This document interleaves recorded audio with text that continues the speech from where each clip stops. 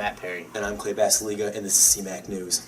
Tonight we are going to revisit some of our most controversial topics from the past year. We're going to kick it off with Cameron Buckby's segment on the growing issues of Ukraine.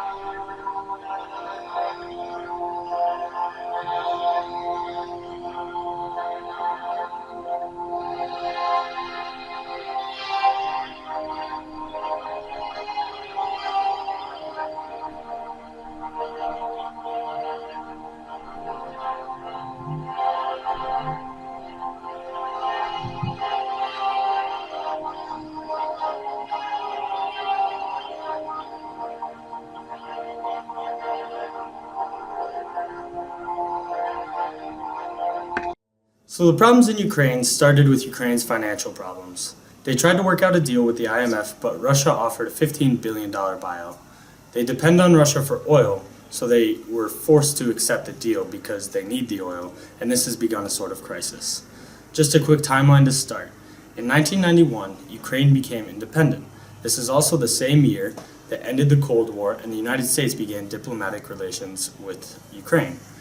In 2013, is fast forwarded to that point, Putin offered the $15 billion buyout that I just talked about for Ukraine's gas debt. In January of that year, an anti-protest law was passed in Ukraine that leads to 2 to 3 protesters dead. In February, all 243 protesters arrested since December were released, and President Yanukovych disappears. He sought refuge in Russia. Putin approves use of force in March of 2014, and Obama threatens he pledges with Ukraine. In April 2014, Putin threatens gas-wise, threatening to cut that off. In May, everyone is on edge. Recently, Ukraine has been dismayed by the violence from the pro-Russian separatists. It is becoming clearer, however, that Russian troops are moving out. However, the biggest issue that is pressing right now is how little Americans know about the situation. So we go to the streets for a quick interview about how little they know. We're at local Weiss supermarkets here with nice Miss Kuzma here interviewing. Are you aware of the current situation in Ukraine? I know that there's a situation going on where they're having some troubles with their government. And do you think that there should be any United States action in trying to help the issue? I think that for our sake we should interfere with what we can do, but not step in and force our opinions on them. I think if they reach out, they should ask for help, but we can't really force them to do anything. And do you think that the United States should try to change other people's opinion to help Ukraine as well? It depends on what you define as change, I guess, and that we can educate people to what's going on, but we shouldn't really impose our opinions on other people. Thank you for your time. You're welcome. This citizen that we talked to did know a decent bit about the issues in Ukraine, but even she did not know everything. Even she does not know what the United States should do, and this is the problem that we have today. Great piece, Cameron. Really informative. And now we're off to Clayton Vasiliga with big versus small business. Thanks, Matt. Why can't small businesses survive a cruel economy? Are they set up to fail? Today, 4 out of 5 entrepreneurs who start their own business fail within the first 18 months, and up to 50 small businesses close a day in the United States. Who is to blame? Fingers tend to point to big businesses like Walmart superstores. But why? When a store like Walmart tries to open doors in a new town, coming with the promises of new jobs and the convenience of a superstore in your backyard, people jump at the opportunity. What they don't realize is the effect it will have on the local mom and pop shops. Small businesses are threatened and forced to compete with the superstore's low prices. This store will take business away from them, and they will have to lower sales prices to even compete. These new businesses have trouble making profits after that, and eventually have to call it quits on their own American dream. The effect this can have on our nation can be drastic. Small businesses create upwards of 75 to 80% of all new jobs. If small businesses are failing, there are no new jobs. The small businesses that have to close their doors means the amount of jobs that could have been is decreasing. That means the relationship between big and small businesses can lead to deeper economic problems. People like Douglas McMillan, CEO of Walmart, need to open their eyes and help us grow as a country rather than individuals. Now let's go to the streets and see what they think. I'm here at White Supermarket here with Deanna today.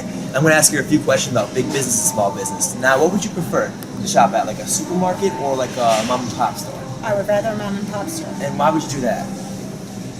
To keep the economy more local and not so national. If I had my choice, I would not shop at Weiss. I would shop at a mom and pop grocery store out in Newton Township. And that is true. There's really none around here anymore. And I'm going to say that 4 to 5 entrepreneurs that start out their own business crash within 18 months. And why do you think that is? I don't think they realize the amount of work that it takes to run their own business. And that they have to be there. It's a full-time job. It's so much more than just 40 hours a week. All right, thank you. I appreciate your time. No problem. Thank you, Clint. As you can tell, citizens like to keep the money within the community. But as the superstores come in, lots of mom and pop shops close down and they have less of an opportunity to do that. And we'll be right back with a quick word from our sponsors. I'm a doctor. I'm a lawyer. I'm a journalist. I'm a student. I'm a teacher. I'm a representative. I have cancer. The outdated laws of prohibition are more dangerous than the plant itself. I lost my scholarship. I was fired. 20 million arrests since 1965. This is getting ridiculous. Our prisons are overcrowded with non-violent offenders. We have the opportunity to change. This is costing our country billions of dollars. Making my family and I fight in a courtroom is difficult enough when I'm already fighting through chemotherapy. There's no reason to be scared by tradition anymore. We can stop this. We can stop this. We are the American people, We can stop this. and you have our support. We're old, Young. Straight. Gay. we're every race and nationality. And we're not going to give up. You can tax it. You can regulate it. Apply age restrictions. You can create millions of new jobs. We can save our economy. President Obama? It's time for legalization. Legalization. Yes. We. Can. This has been a public service announcement. Norm.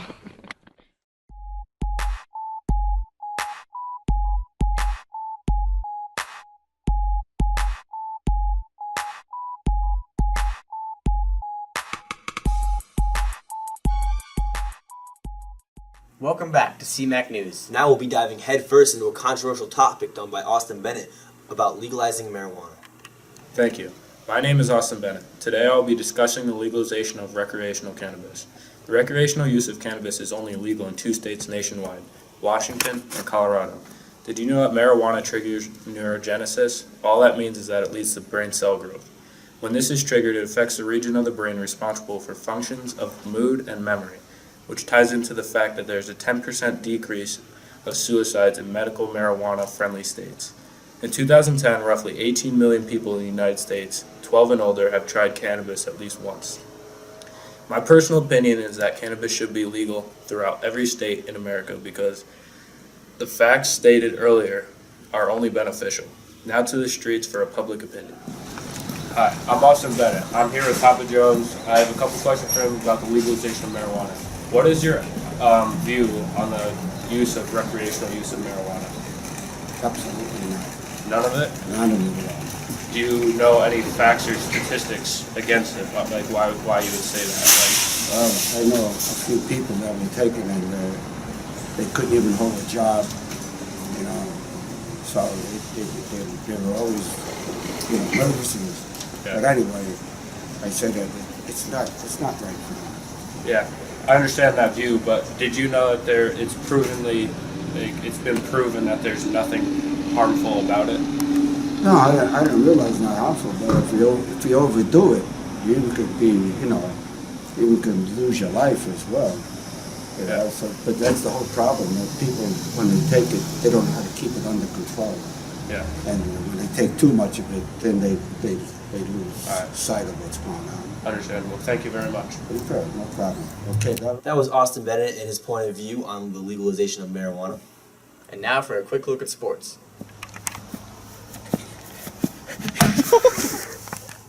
No. Oh yeah, Austin. Oh, that's good. 1001. 1007. 1004. That's it, Austin. Work those buttons and ties.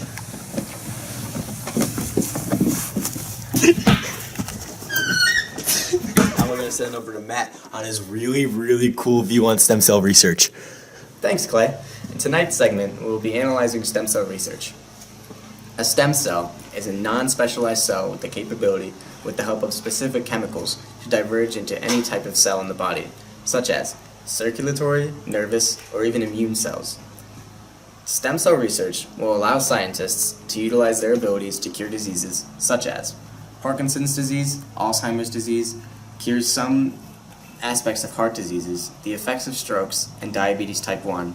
Certain birth defects can be fixed, spinal cord injuries, and they can even replace or repair damaged organs. There will also be a reduced risk of transplantation. In fact, you could possibly get a copy of your own heart in a heart transplant in the future.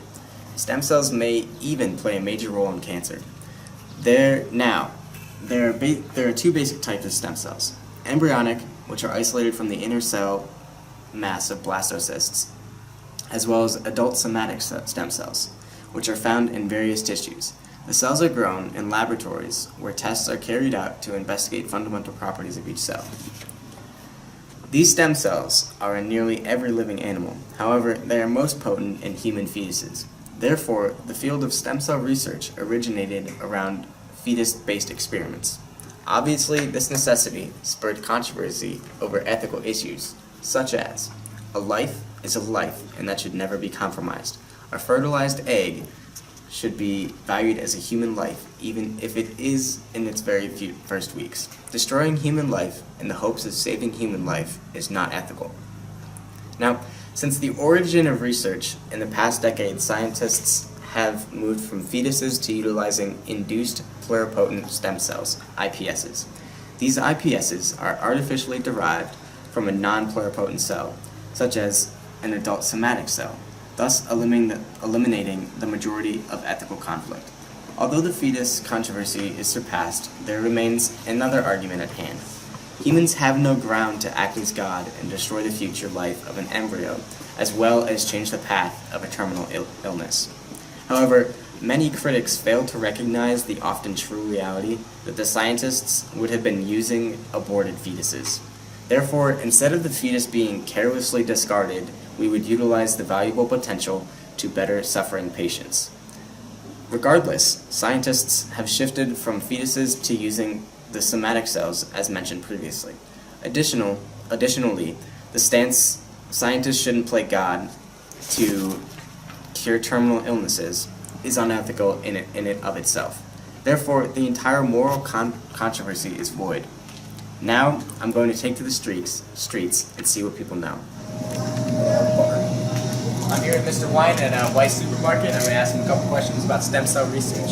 First off, how much do you think you know about stem cell research? An awful lot. Good.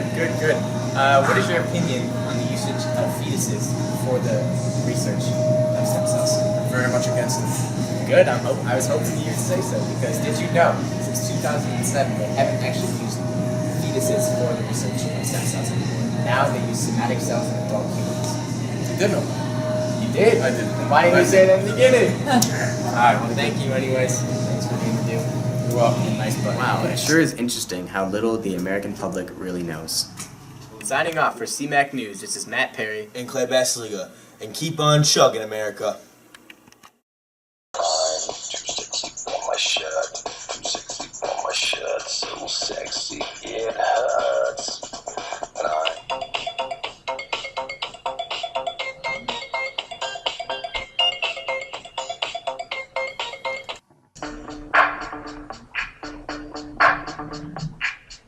Yo, VIP.